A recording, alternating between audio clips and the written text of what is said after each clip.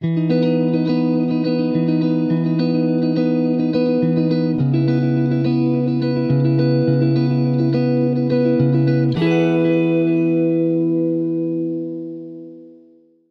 creatures of the world, and welcome back to Coffee with Kerri-Lynn. Guys and ghouls, it's a gorgeous day in the far north of Maine. Yes, we're back on that story.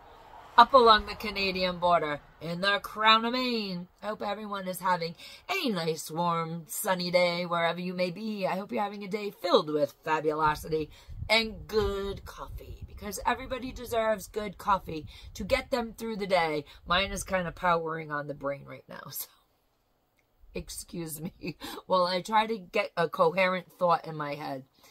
Oh, Jacqueline Nunez. Jacqueline Nunez. She's at it again. She's the gift I wish would not keep on giving. But she's got more and more shenanigans up her sleeve. However, before we start in on that story, we took a lovely trip up north this weekend from where we live. And we were actually on a mission. And the mission was to procure another desk for my husband's studio. He was in dire need of a different desk than what he had. He ended up finding the perfect desk on Facebook, so we went up north to acquire the desk, and we did acquire it in its home, and it fit absolutely perfectly in his space, so he's happy. I call it the death desk, and I call it the death desk because of the provenance that we discovered from the person who sold it to us when we got there.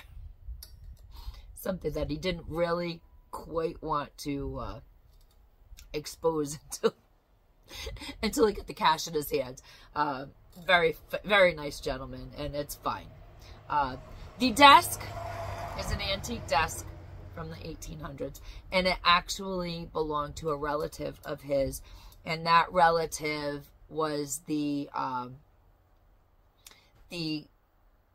undertaker, the funeral home director. He built the funeral home up north. So that was his desk. That desk has seen a lot, ladies and gentlemen. It has signed a lot of burial contracts. It has had a lot of tears cried over it. It has had a lot of prayers said over it, and it fits perfectly in himself's studio. So we're very pleased to have it. She cleaned up so beautifully, and she will be well loved here on the homestead.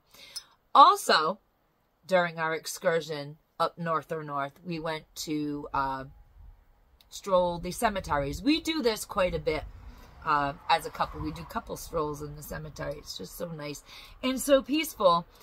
And I decided I would film the stroll. So I will link that in the description box below for you guys. There's no chit chat, no talky talk. It's just a pleasant stroll in St. David's Cemetery, and I hope that you guys enjoy that video. There's some pretty amazing footage that I didn't think I would get, but I did get some pretty amazing cobwebs that go from one grave right down to another grave. It's just some amazing footage in that video. There's also it's predominantly French up here in our community, so many of the gravestones are actually written completely in French. So a big French community, and I hope you enjoy it. I set it to some what I thought was amazing music, and I was trying to choose the background music for the video, I was sitting by my open window, and a butterfly actually came in, kissed me on the top of my head, and off it went. So that is the soundtrack that I put in that video for you guys. Now to the Jacqueline Nunez situation. Last we left off on Jacqueline Nunez, owner of the Conjuring House, and her absolutely devious, horrifying shenanigans. I am going to link that last video also in the description box below so everybody can get all caught up. That video was basically on September 11th. Jacqueline Nunez decided that she would defy no contact orders, and she would email horrifying, threatening, very disturbing messages to Satori Hawes and her fiance Cody, and to Corey Heinzen through PayPal. So what she did was she sent anywhere between 3 cents and $5 to each of these people, and wrote a several very disturbing messages attached to those PayPal payments. But you can watch that in the other video linked below in the description box.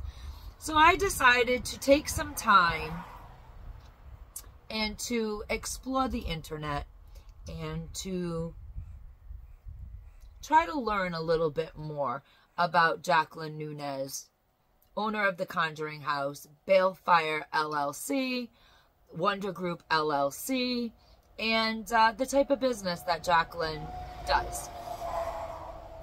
And I found a little snippet in 2022 when Jacqueline purchased the Conjuring House in order to acquire the entertainment license. She needed a 24-hour entertainment license. She had to go to Burrillville Town Council.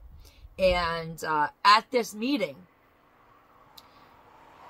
the neighbors of the Conjuring House either wrote letters or spoke directly to council, not in favor of the entertainment license being a 24-hour license. And as we know, Jacqueline Nunez purchased the Conjuring House in a very negative way.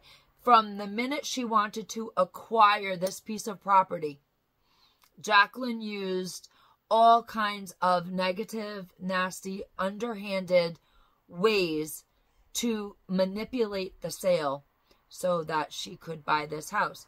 One of the things she did was she put a lien on the house so that Corey and Jen Heinzen had to sell the house to her. They could not sell the house to anybody, and she was seeking the funding to purchase the Conjuring House.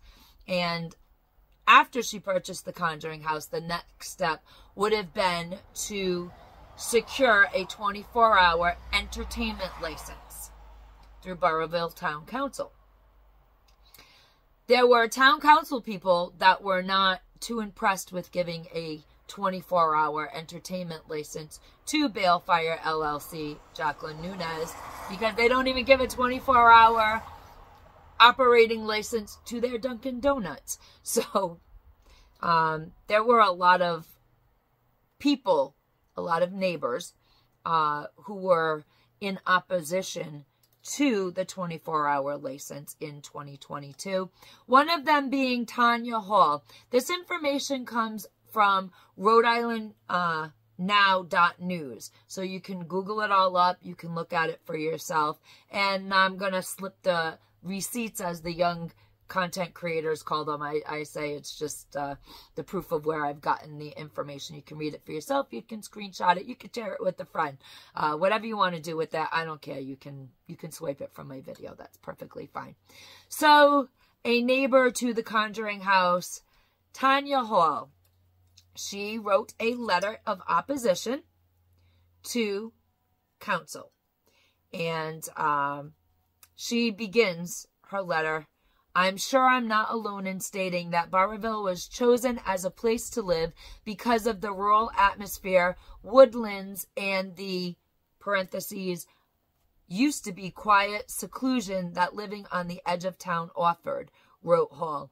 "The neighbors to this house are now constantly forced to deal with the negative impacts of this house's activities. There is a constant flow of people in and out of the house for weekday and weekend investigations," Hall added. "Screams, laughs, and conversations throughout the night are not uncommon. It's disruptive and disrespectful to those of us who do not necessarily work the standard 9 to 5. Also during that meeting, Alan McNally recalled for counselors one incident in which guests mistook his home for the now notorious Conjuring house and just walked inside his home. McNally says, "We live in a quiet residential neighborhood. We have a lot of concerns about the uninvited. Some of them literally stop in the middle of the street and get out of their car. They do all kinds of crazy things." So neighbors in 2022 were expressing concern about their personal safety and pointing to razor wire surrounding the property installed by the previous owners, which would have been Corey and Jen Heinzen. Nunez said she plans to remove that razor wire and has already begun taking it down. Now, Counselor Dennis Anderson asked Nunez if she's reached out to her new neighbors, and historically, according to Counselor Anderson, the biggest issue has been the peace with the neighbors. Peace as in P-E-A-C-E. There was not a lot of peace between the owners of the Conjuring property and the neighbors. You know, it's very difficult to live on a street that has such a significant piece of entertainment property on it. And I mean entertainment by way of anyone who owns any of these attractions, paranormal attractions. You know darn well that your neighbors are being disrupted, and sometimes it's hard to keep a balance. And it's difficult because neighbors do fear for their safety. There are strangers that are just wandering about, stopping in the street. They may have their children in the yard. It just makes it for a very uncomfortable, at times, neighborhood to live in. And Jacqueline proceeds to tell counsel, quote, "I'm not sure what to do about that. I'm not sure what to do about people pulling up trying to take selfies." I'm not sure what to do about that either, Jacqueline, but sounds to me you could have been a little bit more compassionate toward your new neighbors. With everything taken into consideration, ladies and gentlemen, guys and ghouls, beautiful creatures of the world, counsel did grant Jacqueline Nunez a 24-hour entertainment permit to operate the Conjuring house. I'm going to put up the receipts, as the young people say, now in the video so that y'all can take a look at it. Any of my blind viewers, come on over to the dock side and you can actually read the receipts for yourself.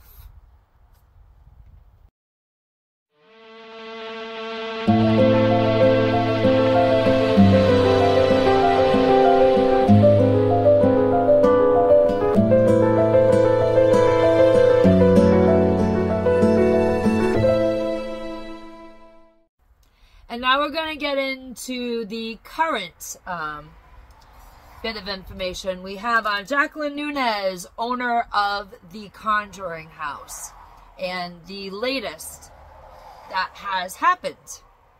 On September 3rd, Jacqueline Nunez texted a Providence Journal journalist. You can go to projo.com, Google it up, you can search all about this information. And so on September 3rd, Jacqueline texts a Journal reporter, quote, "Burrillville got me committed again."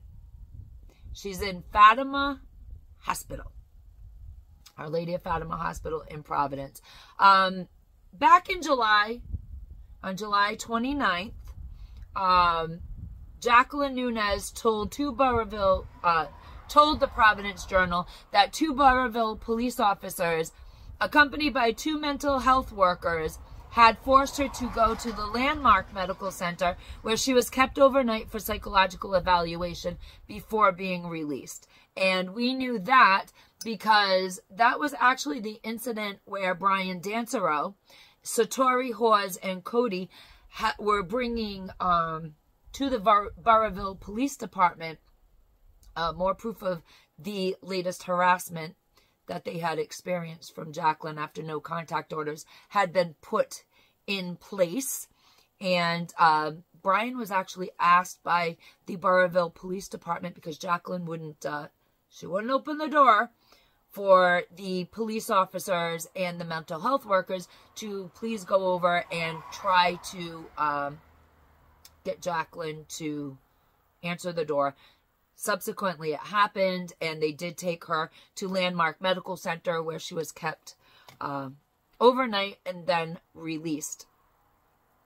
So we have Jacqueline on September 3rd stating to a Providence journalist that she's in Our Lady of Fatima in the psych department. On Tuesday,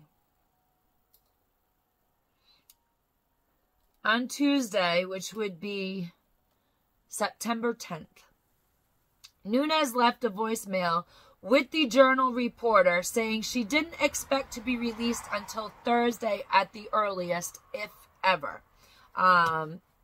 She has said that the psychiatric commitment is a move by former employees of the Conjuring house to gain control of the property from her. Now, on Tuesday, she's back on the psych ward, or in the psych ward, and on Wednesday, September 11th, while she's at Our Lady of Fatima Hospital, she decides she's gonna PayPal Satori Hawes and Cody and Corey Heinzen with nasty, threatening messages attached to that PayPal.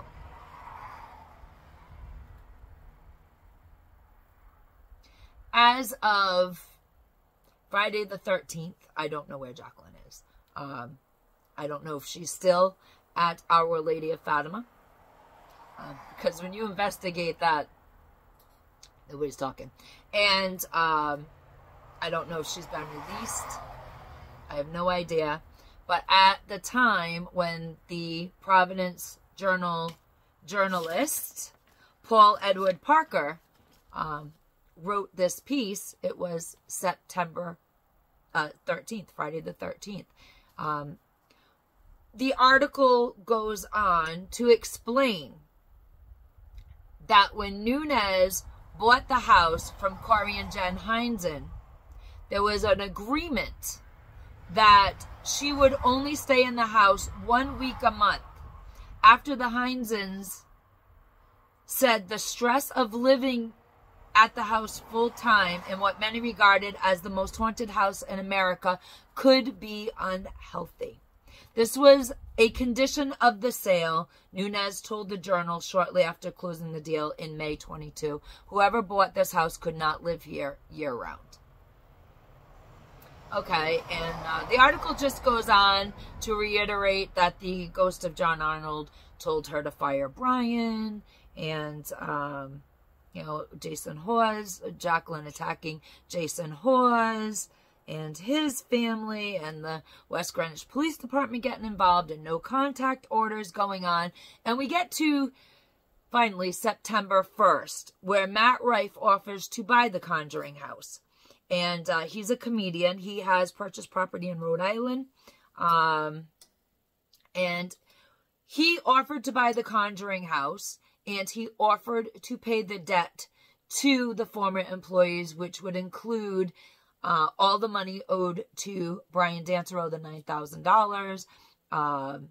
He agreed to pay the $7,000 and some that was owed to Satori and Cody for the items that were in the barn at the Conjuring house when the barn burned. And that Jacqueline has not made any move to make any of them whole. It's going to court and all that. So Matt Rife said, hey, listen, sell me the house. I'll take care of the debt. And off you go. Jacqueline did respond to that by saying, the Conjuring house, it is not for sale. I am never selling the house. Nunes said Friday, which would be Friday the 13th, in a phone call from Fatima Hospital. I am never selling the property. Never. So Jacqueline is in Our Lady of Fatima in Providence on the psychiatric wing, getting psychiatric treatment. And she is allowed during this period of time, September 10th, September 11th, September 12th, and September 13th. She is allowed to send harassing, threatening messages through the PayPal to Satori Hawes, Cody, and Corey Heinzen. She is allowed to apparently give interviews on Friday the 13th. So she didn't get out on her Thursday the 12th like she said she may, if she ever gets out. And she's allowed to give these interviews to the Providence Journal.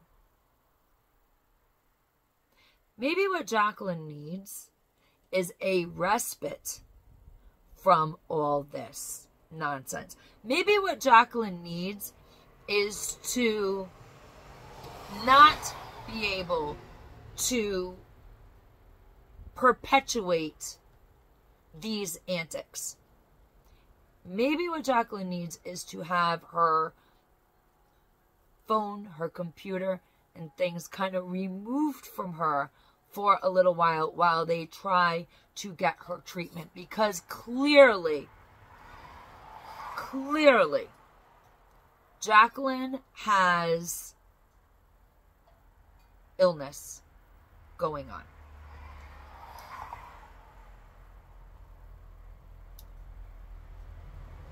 And it is very, very, very sad that all of these people's lives have been upended by Jacqueline, who continues to harass them from the psych ward. Somebody's got to be a grown-up in this. Some doctor, maybe the police, maybe a court, needs to be the grown-up in the room. Jason Hawes, Brian Dancero, Satori Hawes, Cody, Corey Heinzen, they all have no contact orders on Jacqueline. There are no trespass orders on Jacqueline. She is putting these people through hell, and she's being allowed to do it from the hospital. And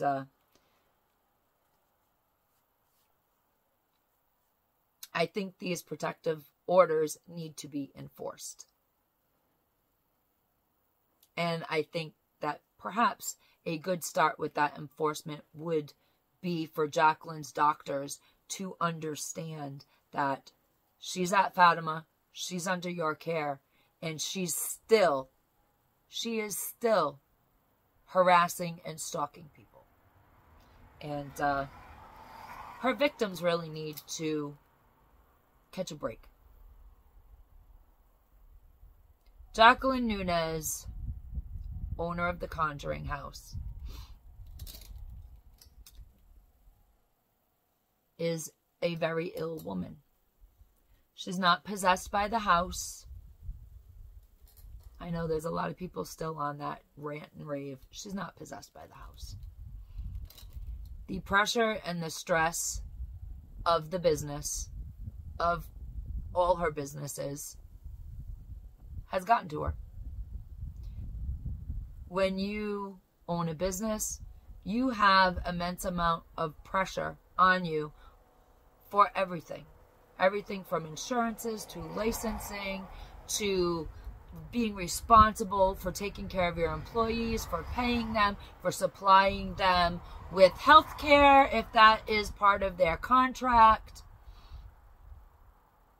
And I think Ms. Nunes cracked from that pressure. That's a lot of responsibility on somebody's shoulders. Somebody who maybe is not used to having that kind of responsibility.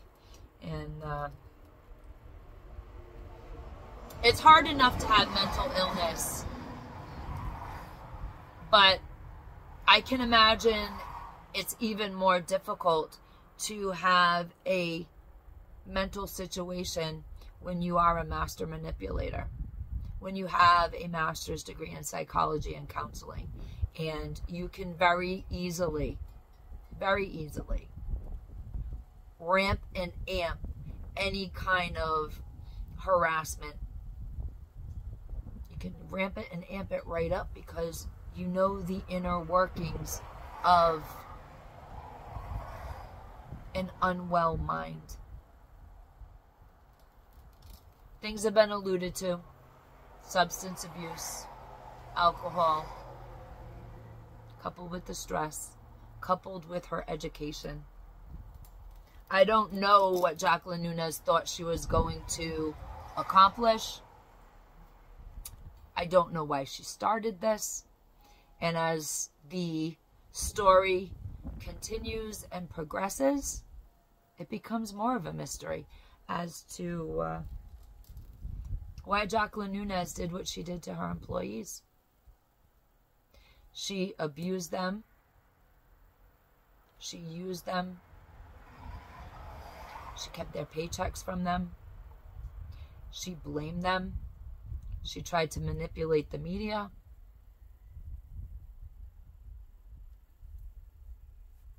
She has written Facebook posts that were so unreal, so outlandish, so hateful that Facebook took down her Facebook page. And as of Friday the 13th, Jacqueline Nunez was at Fatima Hospital, had been at Fatima Hospital for the week, and was still allowed to contact and harass her victims. Somebody's got to be the grown-up in the room, be it the doctors, the lawyers, or a judge. Somebody's got to be the grown-up in the room and make it so that Jacqueline cannot harass and destroy people's mental and emotional health from the hospital. Ladies and gentlemen, beautiful creatures in the world, there are real people's lives at stake.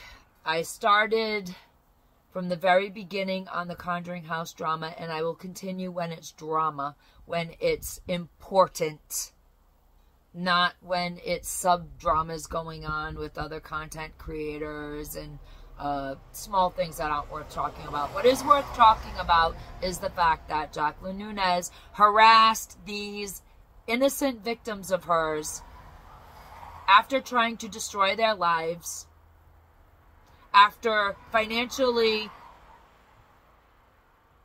ruining them for the moment. The state of Rhode Island has cases open against her. Her former employees have cases open against her. And she's at Fatima Hospital, able to get horrible messages out to these people through the PayPal system. Be the kindness that you want to see in the world, ladies and gentlemen, beautiful creatures of the world. Do not be Jacqueline Nunez. And as always, carpe diem. Seize your day.